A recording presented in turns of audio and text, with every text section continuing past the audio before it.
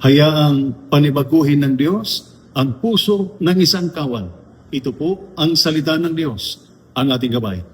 Ngayon po ay Friday, August 21, 2026 at ginugunita po natin ang kapistahan ni San Pope Pius X. Ang isang sundalo ay sinasanay na maging matatag sa gitna ng matinding pagsubok. Kahit pagod, nasasaktan o maraming iniisip, patuloy tayong pumapasok sa tungkulin, sumusunod sa mga utos at tinatapos ang misyon. Madalas nating sabihin sa iba, okay lang ako. Kahit sa ating kalooban ay para na tayong mga tuyong buto sa unang pagbasa. Pagod, empty, hungkag, at unti-unting nawawalan ng pag-asa. Sinabi ng mga Israelita, tuyo na ang aming mga buto at wala na kaming pag-asa. Ngunit nang ipahayag ang salita ng Diyos at hingahan sila ng kanyang espiritu, nabuhay muli ang mga tuyong buto. Ipinapaalala nito na walang kawal na labis ang pagkasugat, walang pusong labis ang pagkapagod, at walang sitwasyong wala ng pag-asa para sa Diyos. Kaya niyang pagalingin ang mga sugat na hindi nakikita ng iba. Kaya niyang ibalik ang ating tapang, buhayin ang ating pananampalataya, at bigyan tayo ng lakas upang muling tumayo.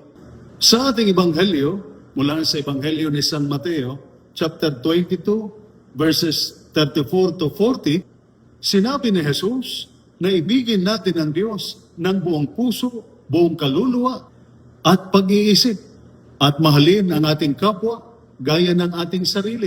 Para sa isang sundalo, ang pagmamahal ay hindi kahinaan.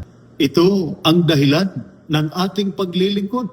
Tinitiis natin ang hirap dahil mahal natin ang ating pamilya, mga kasamahan, sambayanan, at bayan. Ngunit natutuyo ang diwa ng ating paglilingkod kapag nawawala ang malasakit, kapag ang disiplina ay naging kalupitan, o kapag ginagamit ang kapangyarihan ng walang paggalang sa dignidad ng tao. Ngayong araw, ginugunitan natin ang kapistahan ni San Pope Pius X na naglingkod upang panibaguhin ang lahat kay Kristo.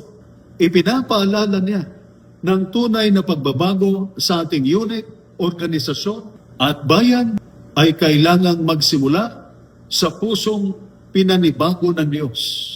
Tanungin natin ang ating sarili, ano ang natuyo sa aking kalooban? Nawala na ba ang aking malasakit, layunin, o pagmamahal sa Diyos at sa kapwa? Nais hipan ng Diyos ng kanyang espiritu ang bawat pagod at sugatang sundalo. Hayaan nating ibalik niya ang ating pananampalataya, panibaguhin ang ating pag-asa, at turuan tayong maglingkod ng may tapang at pagmamahal.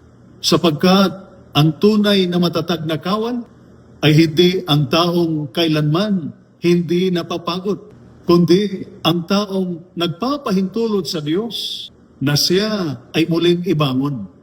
Ito po ang salita ng Diyos, ang ating gabay. Mandalangin tayo.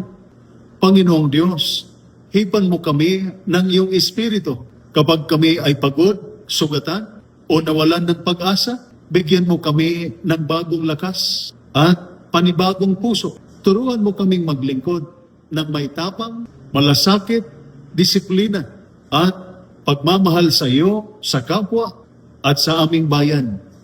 Sa pamamagitan ni Kristo na aming Panginoon. Amen. At sumainyo at sa inyong pamilya ang pagpapala ng makapangyarihang Diyos, Ama, Anak, at Espiritu Santo. Amen. Santa Maria, Ina ng Diyos, ipanalangin mo kami. San Jose, ipanalangin mo kami. San Pope Pius X, ipanalangin mo kami. San Miguel Arcangel, ingatan mo kami. Amen.